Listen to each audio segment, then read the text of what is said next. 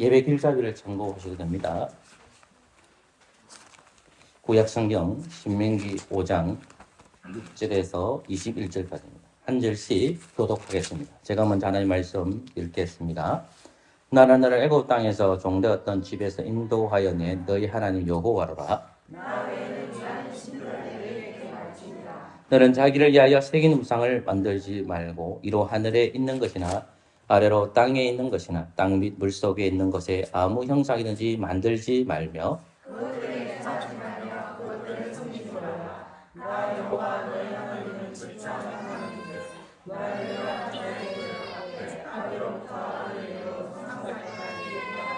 나를 사랑하고 내 계명을 지키는 자에게는 천대까지 은혜를 베푸느니라.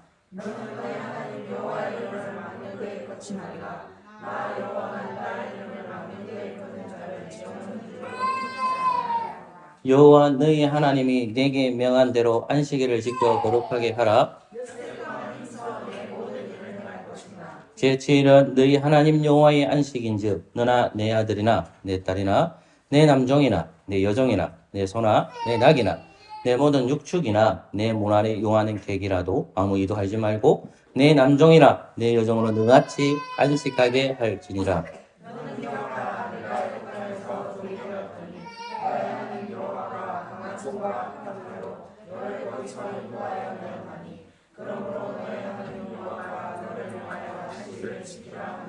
너는 너희 하나님 여호와의 명한 대로 내 부모를 공경하라. 그리하면 너희 하나님 여호와가 내게 준 땅에서 내가 생명이 길고 복을 누리리라.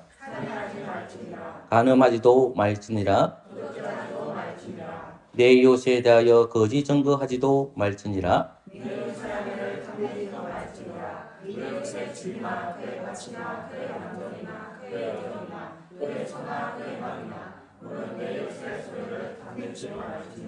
아멘. 자리에 앉으십시오. 조금 전에 우리는 십계명을 함께 교독했습니다. 하나님 사랑, 이웃 사랑을 실천적 삶을 살아가지 못했으면 이 시간에 하나님 앞에 공적으로 그리스도 이름으로 회개하는 시간을 가지겠습니다. 기도하겠습니다. 아버지 하나님, 빠르게 살림은 신령을 바라보지 못했다면 용서하여 주시고 하나님의 뜻 가운데 우리의 죄를 용서하여 주시옵소서. 하나님의 살아가면서 주님을 바르게 섬기지 못한 것들이 때로 많습니다. 아버지 하나님, 낮과 밤에 우리를 감독하시고 우리의 죄를 청감하고 계신 주님, 우리가 그리스도 이름으로 기도할 때에 우리 죄를 용서하여 주시고 하나님의 뜻 안에서 주님의 복음을 받아들이게 하여 주시옵소서. 이 시간에 모든 사람들이 그리스도의 복음을 깨달아 죄사함의 영광을 받을 수 있도록 은혜를 주옵소서.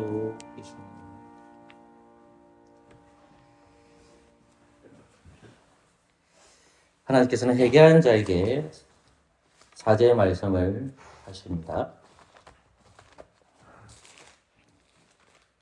이사야서 1장 18절입니다. 여호와께서 말씀하시되 오라 우리가 서로 변론하자. 너희 죄가 좋은 같을지라도 눈과 같이 희어질 것이요 신혼같이 붉을지라도 양털같이 되리라. 아멘. 찬송가 112장입니다.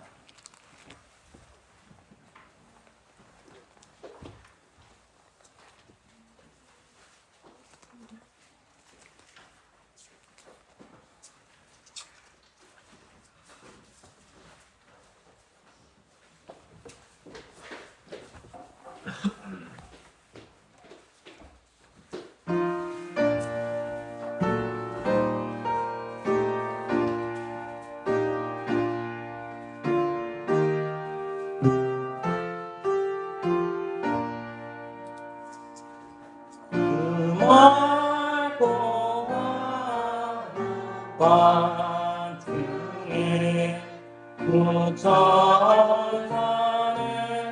내려와 그 손에 밑밥을 고소다 찬송하기를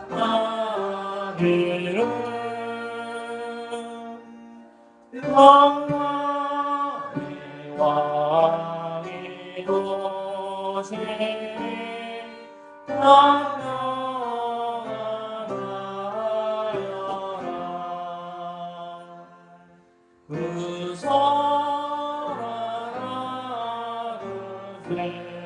세상이 다 모여하도다.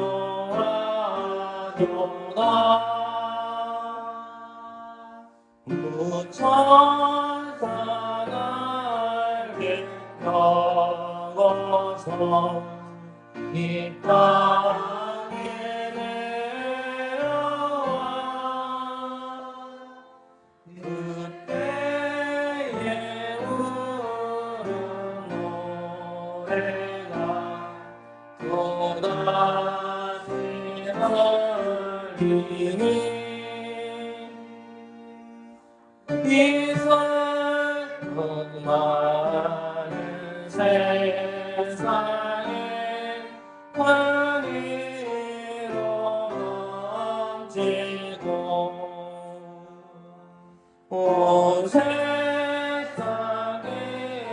뻗뛰놀며 다 찬송하도다.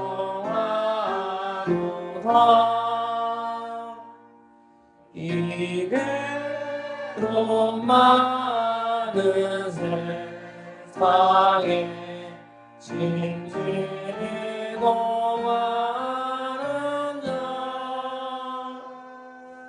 그 언산 줄여넣느라 온몸이 헛다가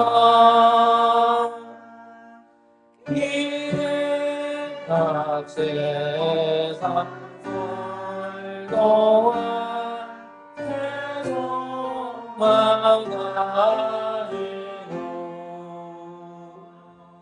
저 천사 기쁜 찬송을 들으며 쉬어라. 예선지에 영원하여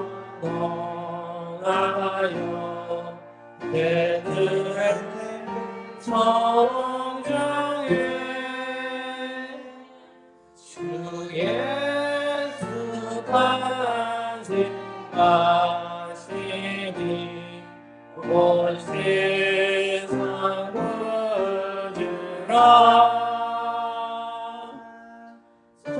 천사 기쁜 노래를 또다시 부르니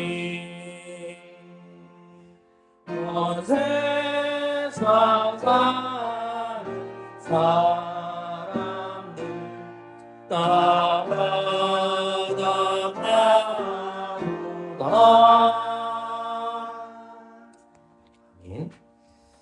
오늘 말씀은 신약성경 마태복음 1장 18절에서 25절까지입니다.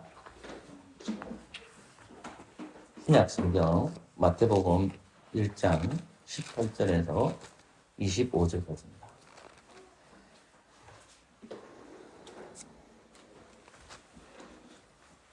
요절 말씀은 20절입니다. 제가 하나님 말씀 읽겠습니다. 예수 그리스도의 나심은 이러하니라. 그 모친 마리아가 요셉과 청혼하고 동거하기 전에 성령으로 잉태된 것이 나타났더니 그 남편 요셉은 의로운 사람이라 저를 드러내지 아니하고 가만히 끊고자 하여 이를 생각할 때에 주의 사자가 현몽하여 가로되 다윗의 자손 요셉아 내 아내 마리아 데려오기를 무서워 말라. 저에게 잉태된 자는 성령으로 된 것이라. 아들을 낳으려니 이름을 예수로 하라. 이는 그가 자기 백성을 죄의 죄에서 구원할 자이심이라 하니라. 이 모든 일이 된 것은 주께서 선지자로 하신 말씀을 이루려 하심이니 가라사대 보라 처녀가 잉태하여 아들을 낳을 것이요 그 이름을 임마누엘 하리라 하셨으니 이를 번영한즉 하나님이 우리와 함께 계신다 함이라. 요셉이 잠을 깨어 일어나서 주의 사자의 분부대로 행하여 그 아내를 데려왔으나 아들 낳기까지 동침치 아니하더니 다음에 이름을 예수라 하니라. 아멘. 기도합시다. 조신 하나님, 주님의 탄생하신 날을 기념하니 다가옵니다. 아버지 하나님 12월은 우리가 그리스도의 오심에 대해서 하나님 말씀을 살펴봅니다. 추운 날씨이지만 예배의 시간에 맞추어서 이제 하나님 말씀 들으려고 합니다. 이 말씀 잘 받아 먹을 수 있도록 성령께서 인도하여 주시옵소서. 예수 그리스도의 이름으로 기도합니다. 아멘. 마태복음 1장 18절과 마태복음 21절 말씀을 보면 예수님께서 어떻게 잉태되셨느냐를 설명하고 있습니다. 그것은 18절 말씀 후반부에 성령으로 잉태된 것이 낫다라고 말하고 있고, 그 다음 2절 말씀은 주의 사자, 천사를 가리킵니다. 주의 사자가 꿈에 나타나서 요셉에게 나타나서 마리아에 데려오기를 무서워하지 말라고 요셉에게 얘기하고, 마리아가 아이를 잉태된 것인데 그 잉태된 것이 성령으로 된 것이다 라고 언급하고 있습니다. 사랑하는 성도 여러분, 이 성령으로 된 것이, 성령님으로 아이를 잉태된 것이 우리에게 어떤 의미일까요? 그리고 오늘날 시대를 살아가는 자들에게 왜 예수님의 오심이 성령으로 잉태된 것이 중요한 것일까요? 그리고 오늘날 살아가는 교회에게 성령으로 잉태된 것은 어떻게 적용되는가라는 사실입니다.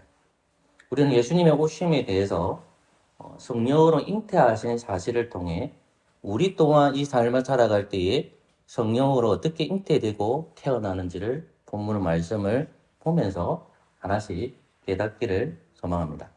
먼저 18절 말씀입니다. 같이 18절 말씀을 같이 읽을까요? 시작. 예수 그리스도의 나시라 아니라 그 모친 마리아가 요셉과 승혼하고 동거하기 전에 성령으로 잉태된 것이 나타났더니. 아멘. 예수님이 어떻게 이 땅에 오셨는가의 자세한 설명은 마태복음 1장 18절과 그리고 마태복음 2장에서 다루고 있습니다. 그러니까 예수님의 어린 시절, 탄생 시기는 마태복음 1장과 마태복음 2장에서 주로 다루어지고 있다면, 누가복음에서는 요셉이 주도적으로 나오지 않고요.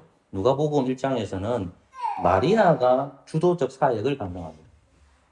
그러니까 우리가 먼저 이 말씀을 이해하기 위해서는 누가복음에 대한 선지식이 있어야만 이 마태복음 1장 18절부터 25절의 상황을 이해하게 됩니다. 그리고 누가복음에 대한 선지식이 없으면 이 말씀이 어떤 말씀인지 오해할 수 있다는 거죠.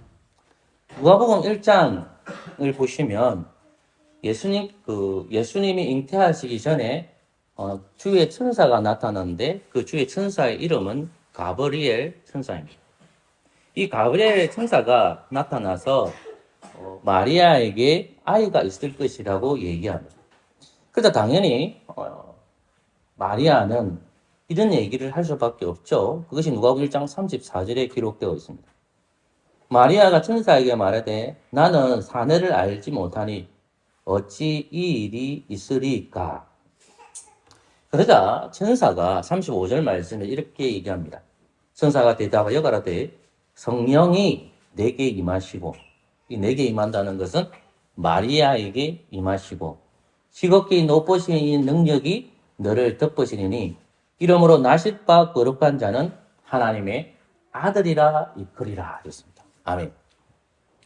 우리는 여기서 예수님께서 누구의 몸에서 잉태되느냐, 그것은 완전한 인간으로 오신다는 겁니다.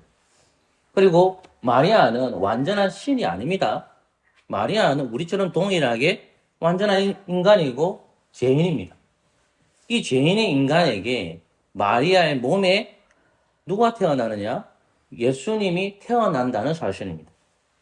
그러니까 당연히 마리아의 입장에서는 남자와 여자가 사랑을 해서 아이를 잉태하는 것이 하나님께서 가르쳐 주시는 원리였습니다. 그것이 창세기 2장과 3장에 나오는 원리입니다. 하나님은 창세기 3장에서 뱀에게 분명하게 얘기했습니다. 그것은 뱀의 우성과 여자의 후손이 원수가 된다는 겁니다. 결국은 여자 후손이 뱀의 머리를 꺾게 되겠다고 말씀하셨습니다. 그리고 하나님께서는 또다시 누구에게 저주를 내려놨습니까? 그것은 여자입니다. 여자에게 뭐라고 얘기했습니까? 야, 너는 남편을 사모하게 될 것이고, 그리고 너는 아이를 낳는 고통이 있을 거다라고 말씀합니다. 그리고 아담에게는 가시와 엉겅기를 내서 땅이 가시와 엉겅기 내는데 네 이마에 땀을 흘려야 된다는 것이에요. 그래서 그 말씀 속에 무엇이 일어나냐면 동침이라는 말씀을 언급하고 있습니다. 여러분 시간이 좀 가겠지만 창세기 4장 1절을 보십시오.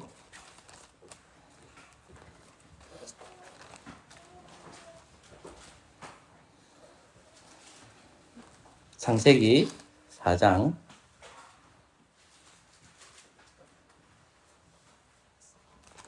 1절 말씀을 같이 한번 읽어보도록 하겠습니다. 읽을까요? 시작. 아담이 그 아내 하와와 동침하며 하와가 잉태하여 가인을 낳고 그때 내가 여호와로 말미암아 득남하였다 하니라. 아멘. 본문 말씀을 보면 4장 1절에 보면 아담이 하와와 동침했다는 말입니다. 그러면 왜 아담이 하와와 동침했느냐 했을 때에 그것은 창세기 3장 15절 말씀 때문에 그렇습니다. 남자가 여자가 성욕 때문에 그것을 한 것이 아니라 그것은 여인의 후손을 낳기 위해서 그 여자와 동침합니다. 그 여자 이름은 하와, 생명의 이름을 가진 그 하와와 동침을 했는데 그 아들의 이름이 득남했는데 그 다른 말이 가인이었다라는 것입니다. 동침하매라는 말씀입니다. 우리가 꼭 본문을 읽었을 때에 성령이라는 단어는 한 구절도 등장하지 않습니다. 그런데 오늘 본문을 읽지 않았지만 누가복음 1장 34절과 35절 말씀을 이렇게 놓습니다. 마리아가 천사에게 말해 나는 사내를 알지 못하니 어쩐 일이 있으리까 되어 있는 겁니다. 가브리엘 천사요. 나는 사내를 모릅니다. 나는 처녀입니다. 처녀에게 나에게 어떻게 아이를 잉태한다고 하십니까? 그래서 천사가 그 이유를 설명합니다. 그 이유가 35절입니다. 성령이 내게 임하시고 누가 임한다고 합니까? 성령이 너에게 임한다. 여러분, 저는 주일학 학생들에게 준비하는 교재가 성령으로의 세례입니다. 그 말씀과 연결되기 때문에 연결시키려고 합니다. 민수기 11장에 보면 성막으로 하나님께서는 70명의 장로를 부르십니다. 근데 70명의 장로 중에 두 사람이 빠집니다. 엘닷과 메댓이 빠졌습니다. 그들은 성막 바깥에 있었습니다. 하나님의 집, 그 성막 앞으로 70명의 장로를 부르는데 68명의 하나님의 신이 충만했다고 얘기합니다. 하나님의 신이라는 것은 구약 용어로서 성령을 가리킵니다. 성령님이 68명의 장로들에게 잠시 임했습니다. 성령이 임재하였습니다. 그러자 그들이 무엇을 하느냐? 예언을 했다고 합니다. 이 예언은 점을 맞추는 게 아니라 하나님이 미래에 이어질 약속을 들었다라는 말씀입니다. 그런데 두 사람도 뭐 하느냐? 성령 충만하여 엘닷과 멜다도 예언을 하게 됩니다. 옆에 있던 여호수아가 이렇게 얘기합니다. 모세요, 저 예언하는 것을 금하소서라고 외치는 겁니다. 그러자 모세가 무엇이라고 얘기합니까? 모든 사람들이 성령이 충만한 시대가 도래할 것이다 라고 얘기합니다. 그 모든 사람들이 성령 충만한 시대가 도래할 그것이 언제냐면 오순절 성령 강림 사건입니다. 여러분, 오순절 성령 강림 사건은 사도행전 2장입니다. 사도행전 2장에 사람에게 이제 성령님이 오신다는 겁니다. 그런데 아직 예수님이 탄생했기 때문에 성령님이 오시려고 그러면 적어도 34년을 기다려야 돼요. 아니면 33년 동안 기다려야 돼요. 아직 시간이 남아있는 거예요. 그런데 예수님이 오시기 전에 어떻게 됐냐면 오시기 전에 성령님이 이 땅에 오셨다는 거예요. 그게 누구냐면 마리아의 몸에 임했다는 거예요. 온 백성에게 그리스도를 믿는 모든 백성들에게 성령이 임하는 시대가 아니라 이제 하나님께서 택한 백성에게 주시는데 마리아의 몸에서 성령이 임했다는 거예요. 민수기 11장처럼 일반 백성들에게도 장로들에게도 임한 것처럼 이 마리아의 몸에 성령이 임재한 것입니다. 그런데 대체적으로 구약 시대의 성령님이 사람의 몸에 임한 것은 직분과 관련이 있습니다. 그것은 왕이고, 그것은 대제사장이고, 그것은 선지자입니다. 선지자에게 성령님이 임합니다. 다윗 왕에게 성령님이 임합니다. 아론에게 성령님이 임재합니다. 그러니까 이스라엘 백성들은 왕과 제사장과 선지자들을 보면서 우리가 이 길로 가야 되느냐? 왜 이 길로 가야 되는구나? 왜? 성령 충만한 사람이 누구기 때문에? 직분자들이기 때문에. 왕과 대제사장들과 선지자이기 때문에 가는 거예요. 근데 간혹 일반 백성들이 임해요. 그러나 궁극적으로 성령이 임재하신 사람들은 왕들이나 제사장들이나 선지자들이었다라는 것입니다.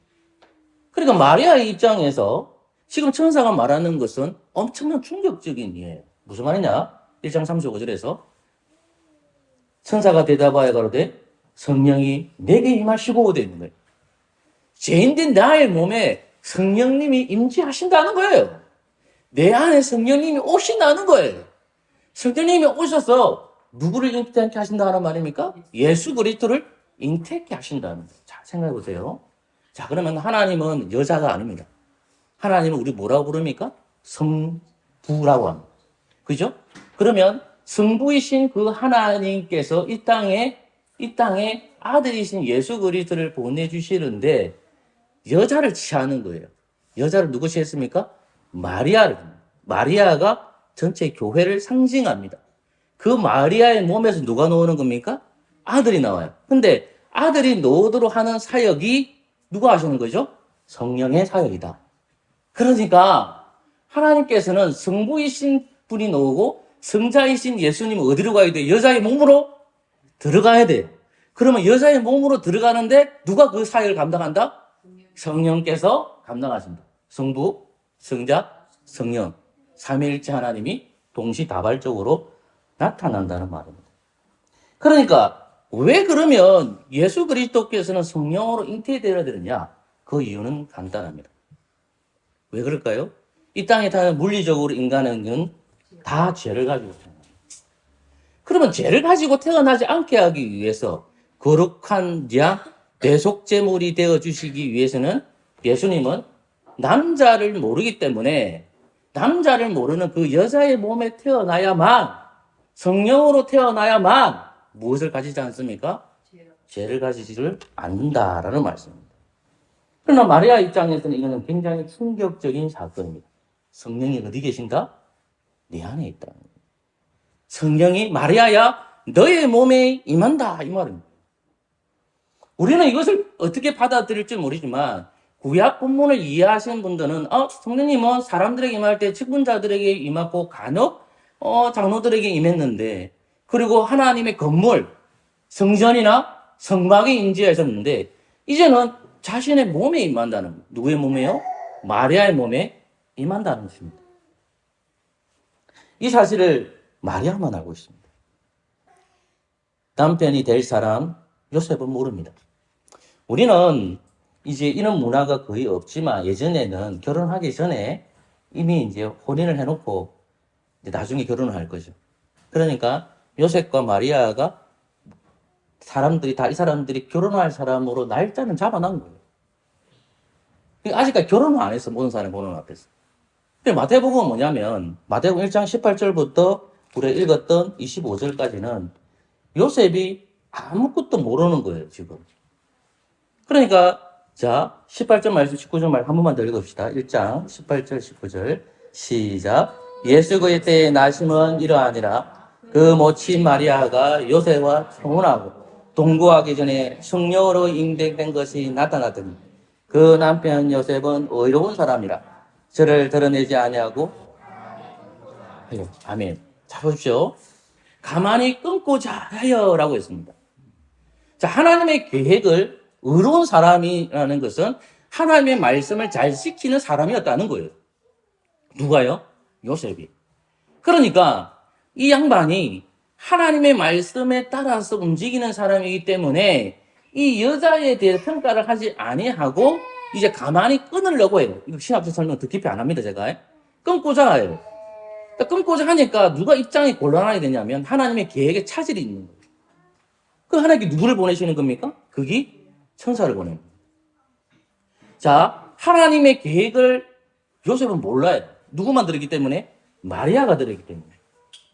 마리아는 자신 남자를 몰라도 성령을 통해서 아이가 탄생한다는 것을 듣게 된 거예요.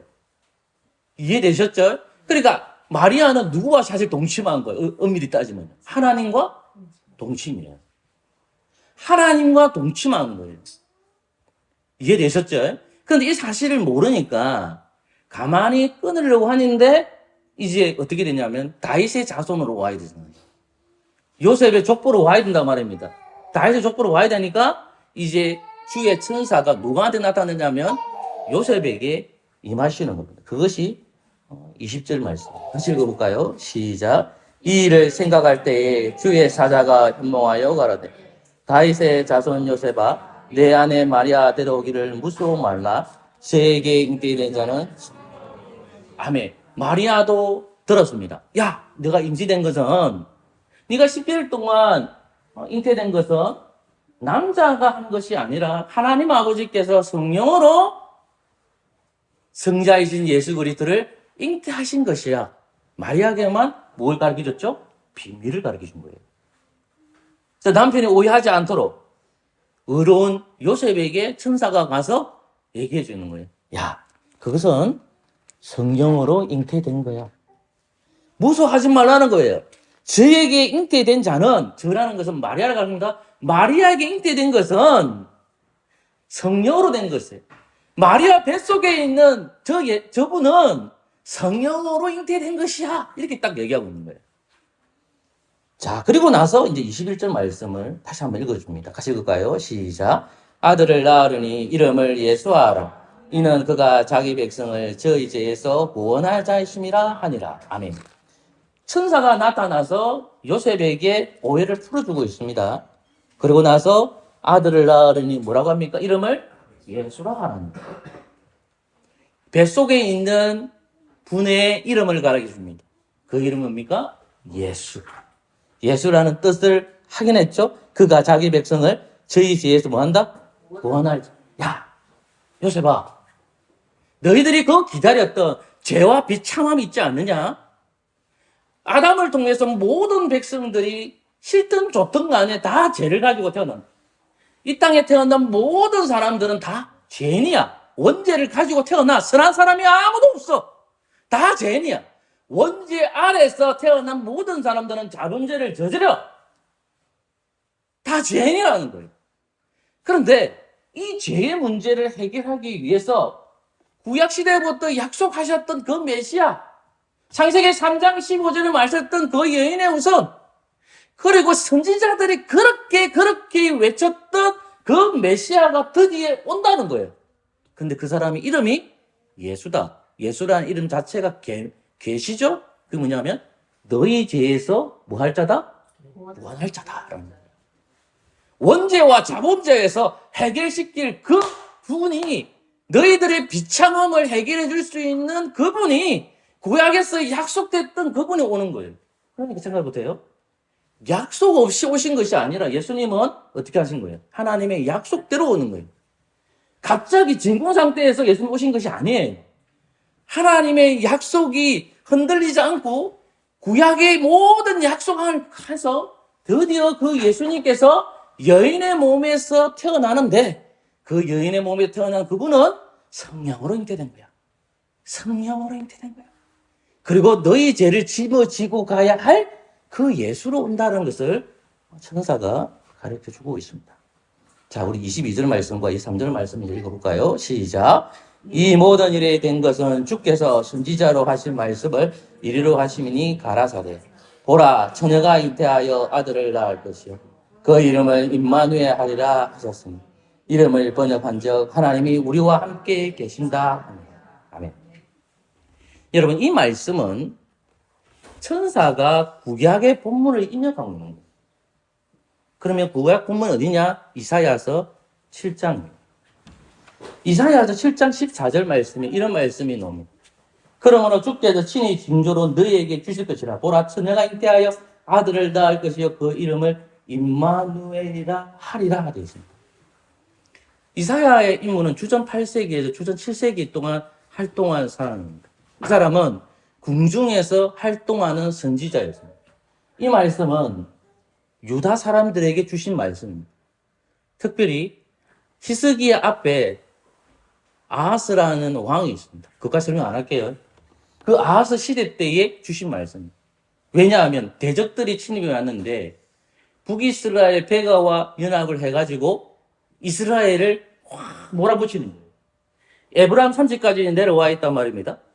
이제 이스라엘 남유다 백성들에게는 이제 소망이 없는 거예요. 멸망의 시기가 다가온 거예요. 그럴 때 이사야 선지자가 예언하는 말씀이 이사야 7장 14절에 여러분 잘 생각해 보세요. 남쪽과 북쪽이 이스라엘 시대는 나눠져 있는 겁니다. 남쪽 나라도 있고 북쪽 나라도 있는데 하나님께서 이 남쪽 나라의 다윗의 지파에게 언약을 지키겠다고 약속하신 거예요. 그런데 지금 갑자기 이들이 연합을 해가지고 내려와서 이 남쪽 나라를 멸망시키려고 한단 말입니다. 잘 생각해 보세요. 하나님 약속이 사무엘 7장에 보면 약속해줬단 말입니다. 다윗의 나라는 영원할 것이라는 약속의 말씀을 주신 거예요. 그러면 아하스가 쫀 거지. 이 사람이 다윗의 후손이란 말입니다. 하나님의 약속을 바라봐야 한단 말입니다. 그 하나님의 약속을 바라보지 못하니까 이사야 선지자가 뭐라고 얘기하냐면 보라 처녀가 잉태하여 아들을 낳을 것이요. 그 이름을 임마누엘 하라 된 거예요. 이사야 이해됐어요? 보라 처녀가 잉태하여 아들을 낳을 것이요.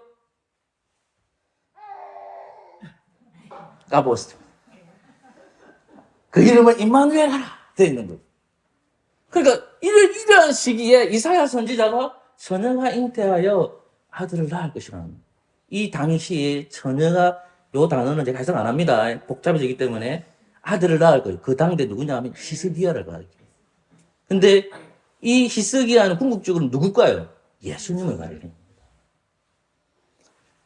멸망할 것 같은데 하나님께서 약속의 말씀을 붙들어야 되는 거예요. 누가? 하나님의 왕국이 하나님께 약속해 주던 사무엘 실장 다윗에게 주신 그 약속 너희 나라는 견고할 것이다 쓰러지지 않을 것이라는 그 말씀이 있었는데 지금 아하스 시대에 이쪽에서 쳐들어와 가지고 하나님의 왕국을 멸망시키려고 하는 거예요. 그러니까 아하스가 쫄한 거야. 그 세력을 보면서. 그러니까 이사야 선지자가 등장해가지고 쫄지 말라는 거지. 그 쫄지 말라는 뭐지 뭐냐면 보라 처녀가 잉태하여 아들을 낳을 것이요 그 이름을 임마누엘 하라.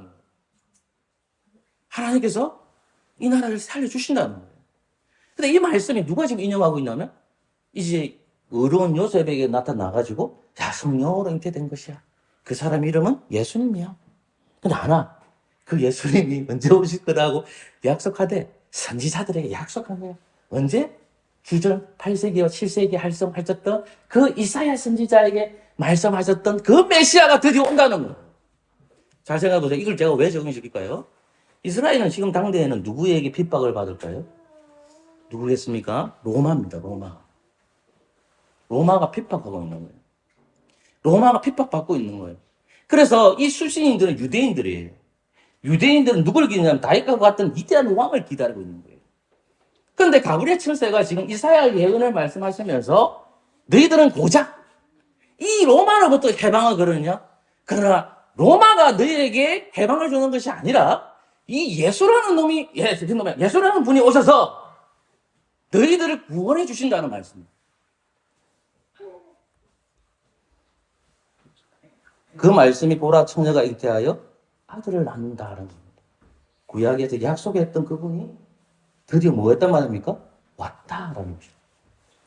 그런데 또 하나 예수라는 이름도 있지만 예수님에게 또 붙어진 이름이 뭘까요? 임마누엘입니다. 임마누엘 뜻이 뭘까요? 하나님이 우리와 함께한다. 예수님이 오셔서 우리와 함께한다는 거예요. 그게 뭡니까? 하나님이 우리와 함께한다. 마태복음 28장으로 가보십시오. 이렇게 말씀 마무리할게요. 마음이 급하니까 예수님한테도 놈이 붙이네요. 28장 20절을 보십시오. 28장 20절입니다. 시작. 내가 너희에게 공부한 모든 것을 가르쳐 주시라. 볼지어다 내가 세상 끝날까지 너희와 항상 마태복음 1장에서 임마누엘 하나님이 우리와 함께 하신다. 마태복음 28장 20절에 너희와 항상 함께 있으리라. 이거 누가 하신 말씀이에요? 예수님이. 누구를 통해서? 성령을 통해서. 나는 하늘로 승천하지만 이 교회요. 말씀과 성령을 통해서 너희와 항상 내가 있는다 이 말씀하고 있는 거예요. 예수님의 이름이라는 말은 죄에서부터 구원한다. 임마누엘은 하나님 나와 함께 계신다는 거예요. 예수님은 우리를 떠나지 않습니다. 예수님은 항상 우리와 교제하신다라는 사실입니다. 사랑하는 성도 여러분, 이제 저는 말씀을 좀 내주려고 합니다. 요셉이 잠을 깹니다. 그리고 자기의 아내를 데리고 옵니다. 그리고 아들을 낳기까지 동침하지 않습니다. 그리고 천사가 가르쳐 준 대로 그 아이의 이름을 예수라고 지어줍니다. 우리는 아기 예수님을 기다리지 않습니다. 우리는 어떤 예수님을 기다릴까요? 승리하신 그 예수님을 기다리는 백성입니다. 그러면 성령으로 된 것이라는 것을 어떻게 이해해야 될까요? 본문 찾지 마시고 제가 한번 읽어드릴게요. 요한복음 3장에 보면 이런 말씀이 나옵니다. 니고데모가 밤중에 예수님을 찾아옵니다. 그리고 이 양반이 이제 하나님의 나라에 대해서 물어봅니다. 그러니까 예수님께서 요한복음 3장 3절 이렇게 얘기합니다. 진실로 진실로 내게 이르는 사람이 거듭나지 아니하면 하나님 나라를 볼 수 없다. 진실로 진실 사람이 거듭나지 아니하면 하나님 나라를 볼 수 없다. 이렇게 얘기하니까 이 니고데모 이렇게 얘기합니다. 사람이 늙으면 어떻게 날 수 있나이까? 두 번째 못돼 들어갔다가 날 수 있나이까? 이러는 거예요. 거듭이라는 단어를 썼어요. 하나님 나라에 어떻게 되느냐? 거듭나야 된다니까. 이 니고데모 그러면 제가 다시 이 성인이 우리 엄마 몸에 들어가야 됩니까? 우리 엄마 몸에 들어가고 다시 태어나야 됩니까? 이렇게 얘기하는 거예요. 근데 다시 거듭나려고 그러면 어떻게 해야 되는데요? 내가 다시 우리 몸에 들어가가지고 들어가서 이렇게 나아야 됩니까? 이렇게 얘기하는 거예요. 그게 지극히 정상적인 답이에요. 왜냐하면 마리아도 그랬잖아요. 내가 남자를 모르지 않습니까? 성령으로 나아야 된다는 걸 알려 주잖아요. 그러니까 니고데모도 이걸 잘 모르고 있는 거지. 그러니까 내가 거듭난다고 예수님이 얘기하셨는데 내가 우리 엄마 몸에 다시 들어가야 됩니까? 이렇게 얘기하니까 예수님 뭐라고 얘기합니까? 5절 말씀에 3장 5절에 사람이 물과 성령으로 나지 않으면 하나님의 나라에 들어갈 수 없다. 이 힌트입니다. 사랑하는 성도 여러분, 저와 여러분들은 그리스도를 믿는 모든 사람들에게 무엇이 임재할 거예요? 성령님이 임재합니다. 구약시대에는요, 소수의 사람들에게만, 극소수의 사람들에게만 성령님이 내 몸에 거했습니다. 이제 예수님이 하늘로 승천하시면서 오순절 성령 강림을 상상해서 성령님을 통해서 저와 여러분은 주와 그리스도를 고백합니다. 우리는 성령의 전이 됐습니다. 성령의 집입니다. 성령이 전이 된 사람들은 어떤 사람들일까요? 거듭난 사람입니다. 뭐에서 거듭났을까요? 죄와 사망에서 거듭난 겁니다. 자, 그러면 내 안에 계신 성령님이 떠날까요? 안 떠날까요? 그 속에 거하시죠. 누가 오실 때까지? 그리스도 오실 때까지. 또는 우리가 죽는 그날까지 성령님이 내 안에 내주하십니다. 그러면 성령님이 내주하셨을 때에 우리에게 들려주는 음성이 뭐겠습니까? 자, 이걸 보십시오. 이거 찾읍시다. 요한복음 3장 6절. 그리고 5절, 6절을 같이 읽읍시다. 5절, 6절 읽고 말씀을 맺겠습니다. 조금 기내스러운 말씀이에요. 같이 읽을게요. 시작. 예수께서 대답하시되 진실로 진실로 내게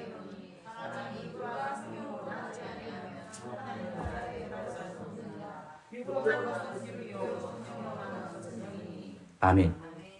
8절 말씀 같이 읽을까요? 시작. 사람이 임의를 보매 내가 그 소리를 어디서 오며 어디로 가진지 알지 못하나니 성령을 난 사람은 다 이러하노라. 아멘.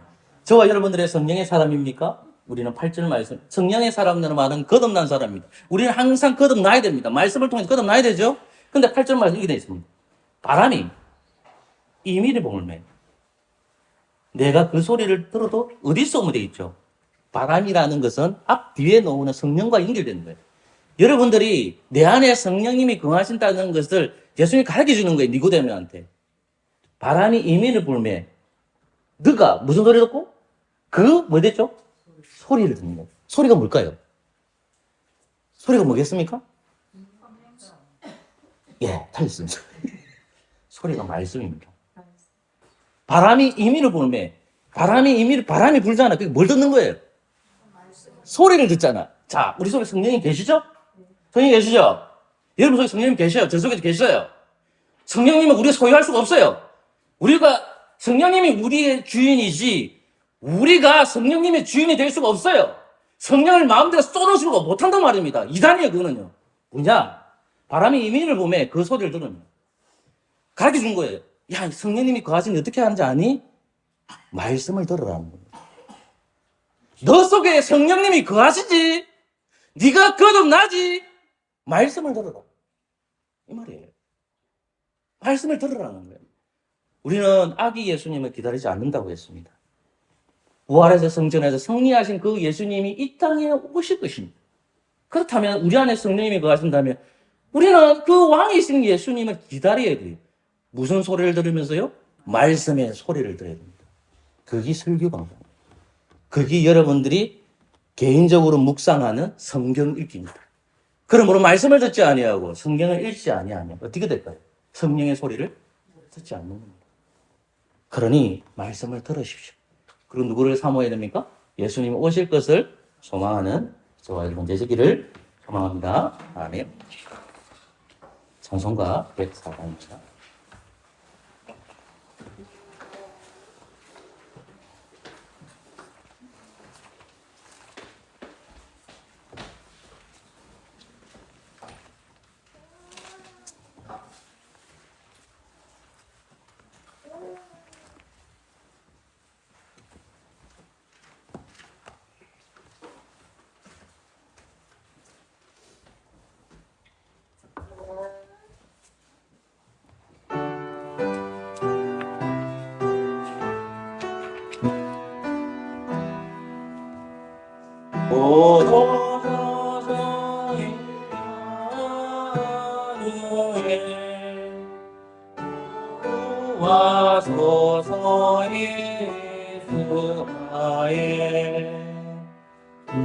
그곳에 알고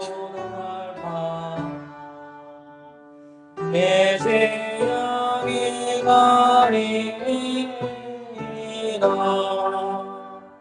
기뻐하라 이스라엘 오시리라 임마누엘 오노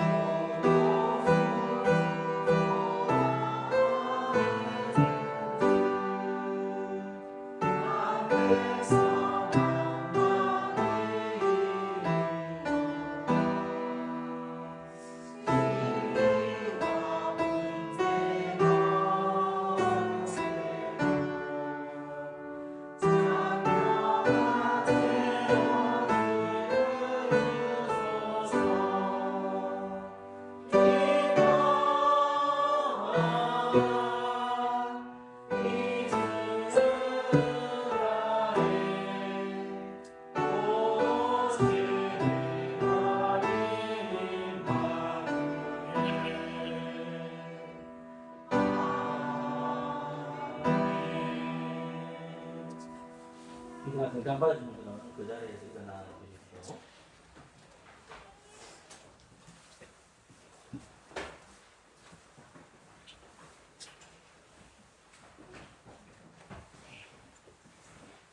주기도문을 같이 고백하겠습니다. 주보에 나오는 주기도문 고백하도록 하겠습니다.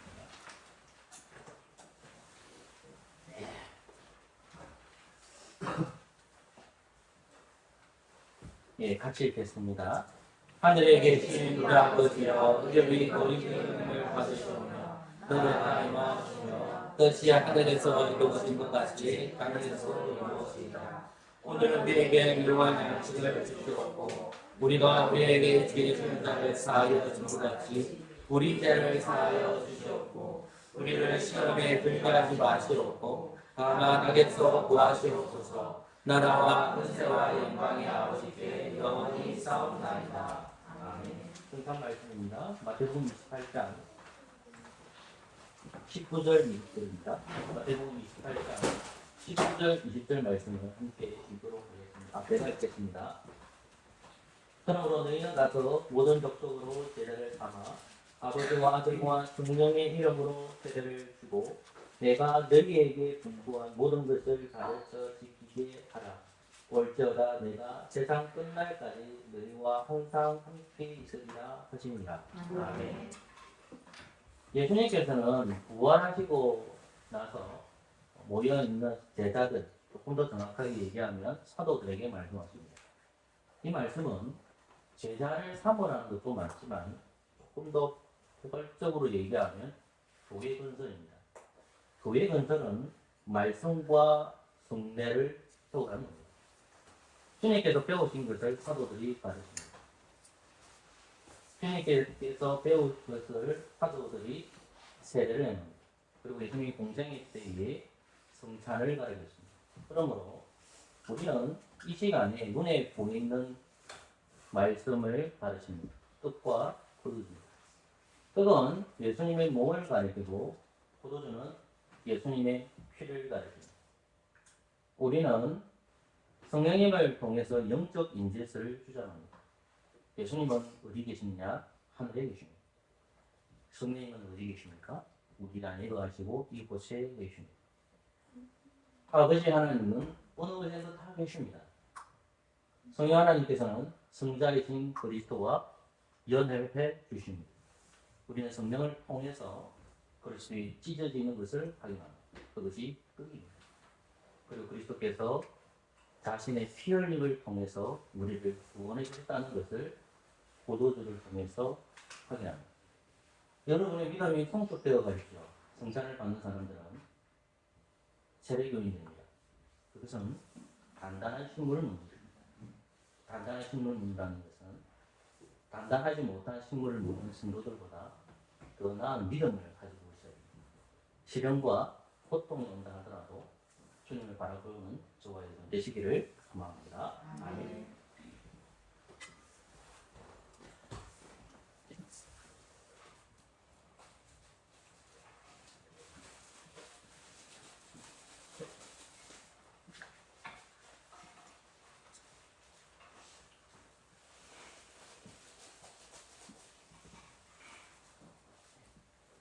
이 떡은 예수님의 몸입니다. 아멘.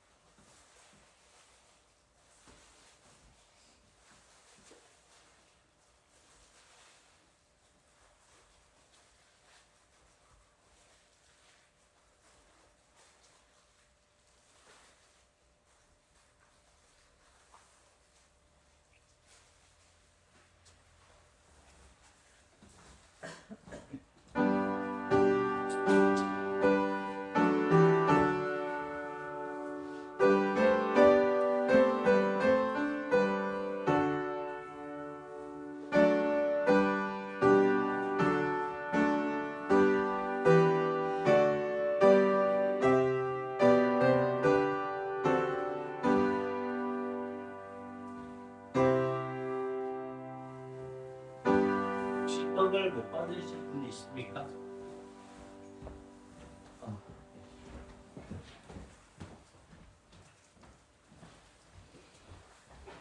기도하겠습니다. 한석에 동참합니다. 예수 그리스도의 이름으로 기도합니다. 아멘.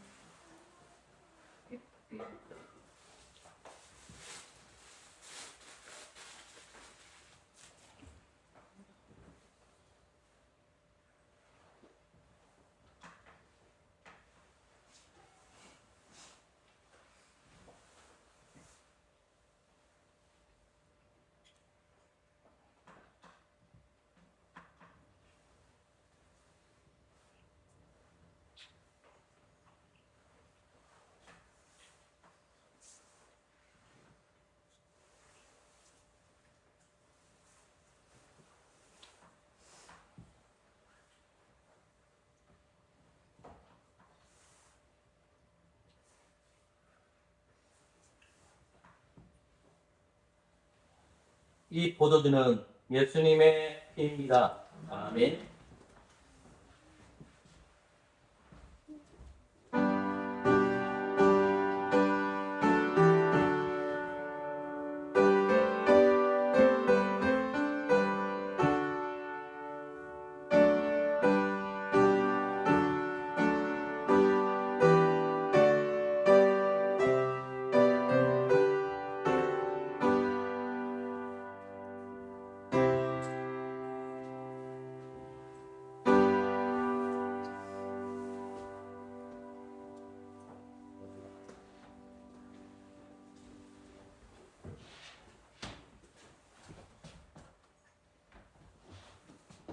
잘 못 받으신 분 있습니까? 기도하겠습니다. 한떡에 동참한 저희들이 교회의 피에 참여합니다. 그리스도인답게 주님 오실 날을 소망하는 우리 되도록 역사하여 주시옵소서. 예수 그리스도 이름으로 기도합니다. 아멘.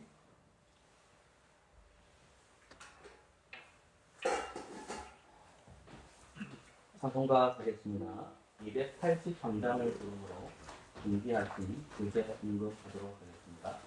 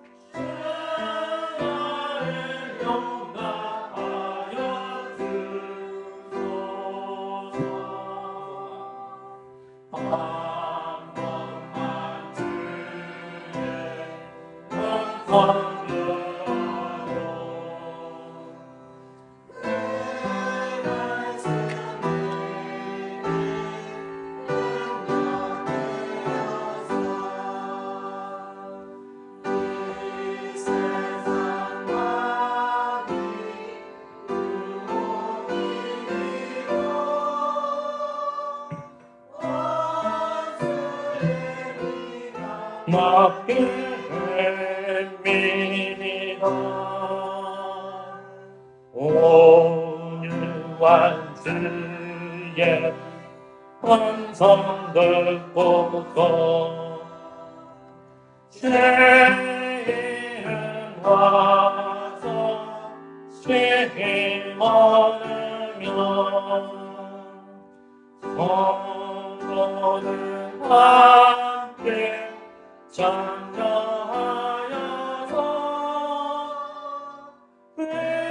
베푸신 잔치 먹게 됩니다. 기도와 찬송 속에 드리고 주님의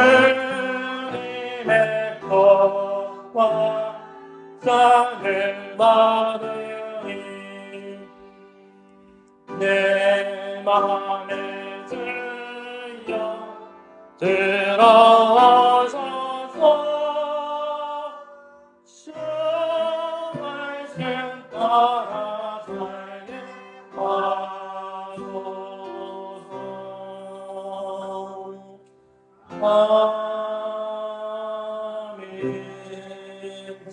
주십시오. 기도하겠습니다. 하나님 아버지, 모든 일정을 멈추고 예배의 자리를 나와서 성부와 성자와 성령 하나님을, 한 분이신 하나님을 만나게 해주신 하나님 은혜에 감사와 찬양을 드립니다.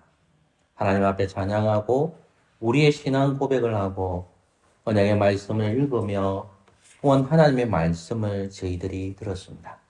주님, 우리 안에 계신 성령님의 음성을 주의 말씀을 통해서 깨닫게 하여 주시고 이 험한 세상 살아갈 때에 주의 말씀대로 살아갈 수 있는 용기와 담대함을 주시옵소서.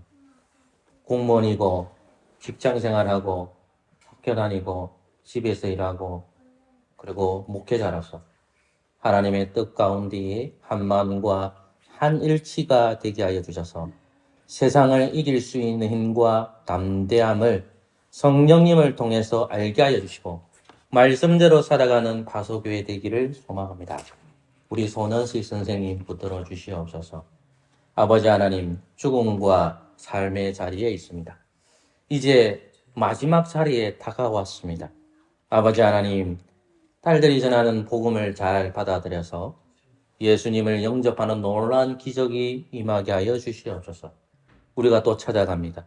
기도할 때에 성령께서 역사하여 주셔서 아버지 하나님 그리스도를 믿는 놀라운 기적이 임하게 하여 주시옵소서. 영육간에 아프신 분들 많습니다. 하나님 찾아가셔서 위로하여 주시옵소서. 예수 그리스도의 이름으로 기도합니다. 아멘. 시편 3편을 찬양함으로 준비하신 헌금하도록 하겠습니다.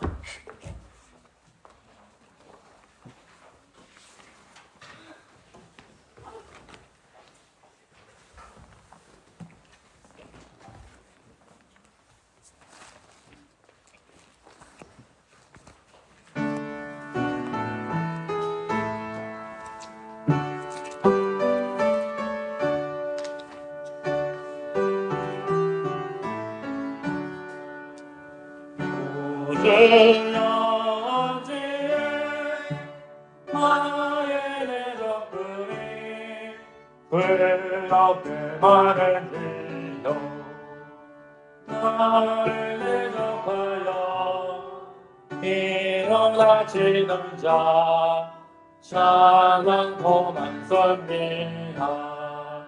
수많은 사람이 나에게 말하니 주 하나님의 너는 아직 못한다네. 하나님 너지 아직 못한다네. 오직 내 맘에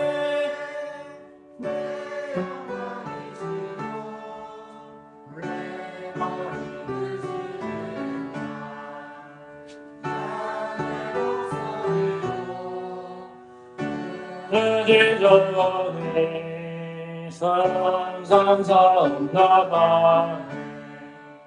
나무와 장원성 내여행하니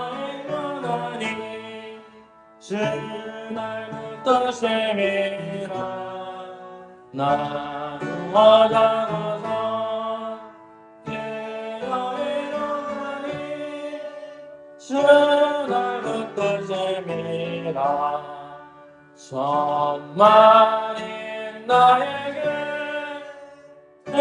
나는 줘도 나 두렵지 않으니 주는 여호와시여 일어나옵소서 날 구하옵소서 주 나의 하나님 내 원수 같으며 어린애 일할 건네 여호와 주님께 있으니 주의 복 내리소서. 아멘. 기도하겠습니다. 하나님, 감사와 찬양을 드립니다.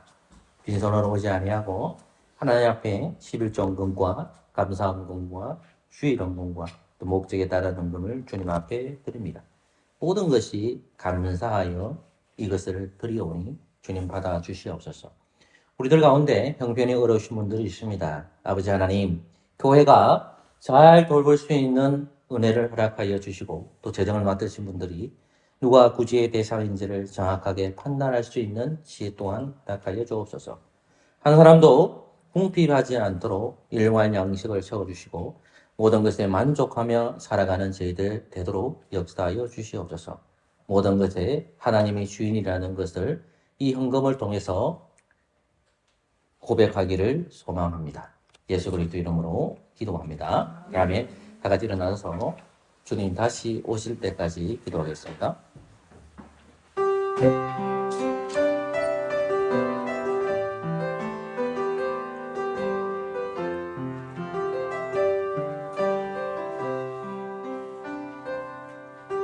주님 다시 오실 때까지 나는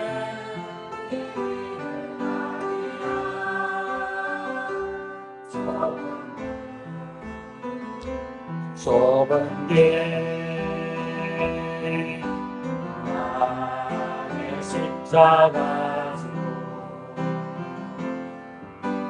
나의 가는 힘을 빼서 나는 주님을 높이라 영광의 예수님 나를 막아주시니 주님 다시 오실 때까지 나는 일어나 달려가리라 주의 영광 온통 덮을 때 나는 일어나 노래하리 내 사모하는 세상 거두시라 내 사모하는 주님 영광의 왕이시라.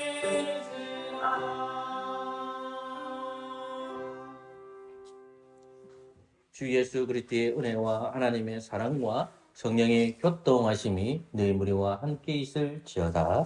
아멘.